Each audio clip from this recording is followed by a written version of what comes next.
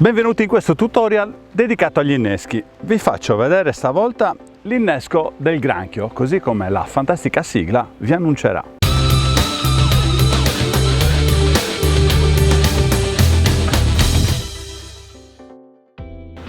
Prima di cominciare, ovviamente vi invito a iscrivervi al canale.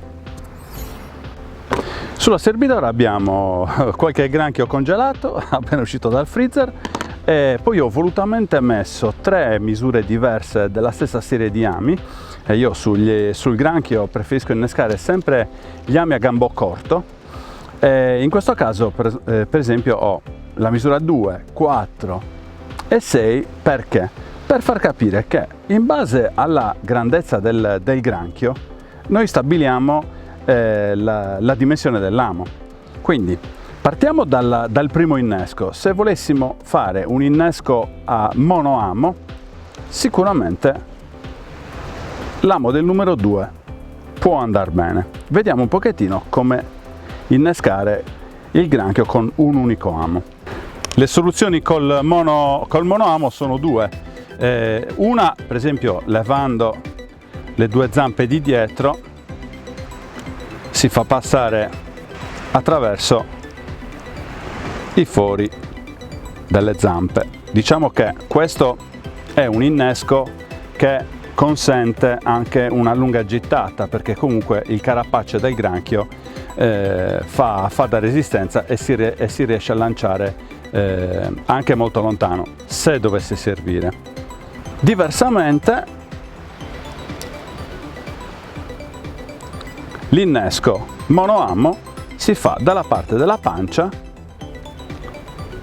qua dove c'è la parte più morbida, e si fa uscire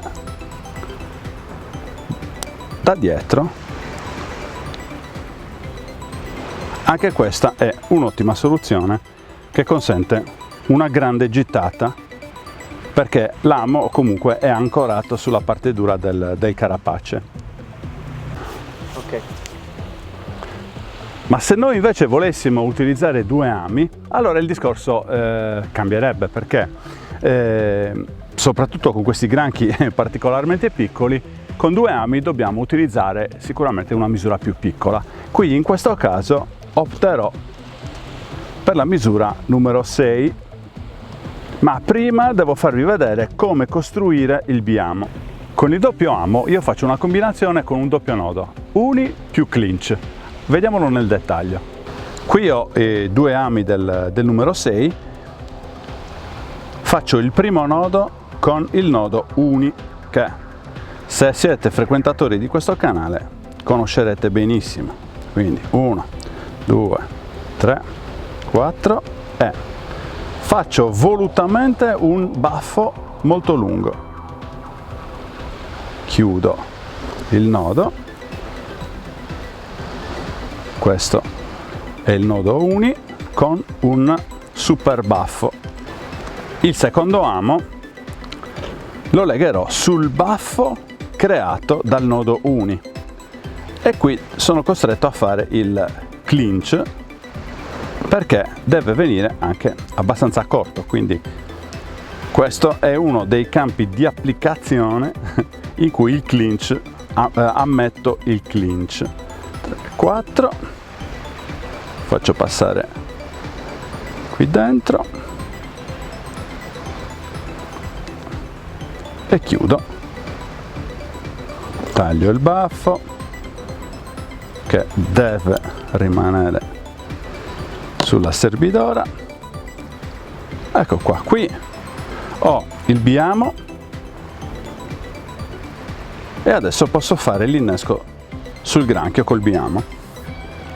Sfrutterò sicuramente l'alloggio delle 2 ultime zampette che stacco. In una ci inserisco il primo amo proprio nel buco e lo faccio uscire verso il centro, ok? E il secondo faccio la stessa cosa.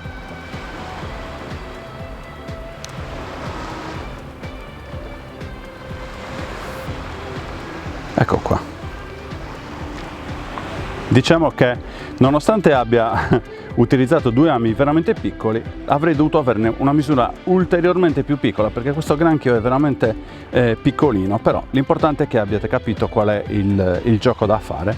Sul biamo si fa il nodo uni col baffo molto lungo, si chiude il secondo amo col nodo clinch ed ecco il biamo che con le punte dell'amo che vanno a finire nella parte più apprezzata dal pesce, ovvero quella dove solitamente ci sono le uova o comunque dove c'è tutta la polpa del granchio. Non mi sono messo a cercare granchi di sabbia perché diciamo che la dinamica è sempre la stessa. Tenete presente che il granchio di sabbia, come vi abbiamo fatto vedere anche spesso e volentieri anche in occasione di qualche puntata vecchia, mettendo il pezzo di sardina, il pezzo di mugi nel bagnasciuga, eccetera eccetera, il granchio di sabbia è più morbido, quindi sul granchio di sabbia io preferisco sicuramente l'innesco monoamo, è sempre comunque della dimensione più possibile proporzionata alla dimensione del granchio stesso. Ci vediamo al prossimo tutorial.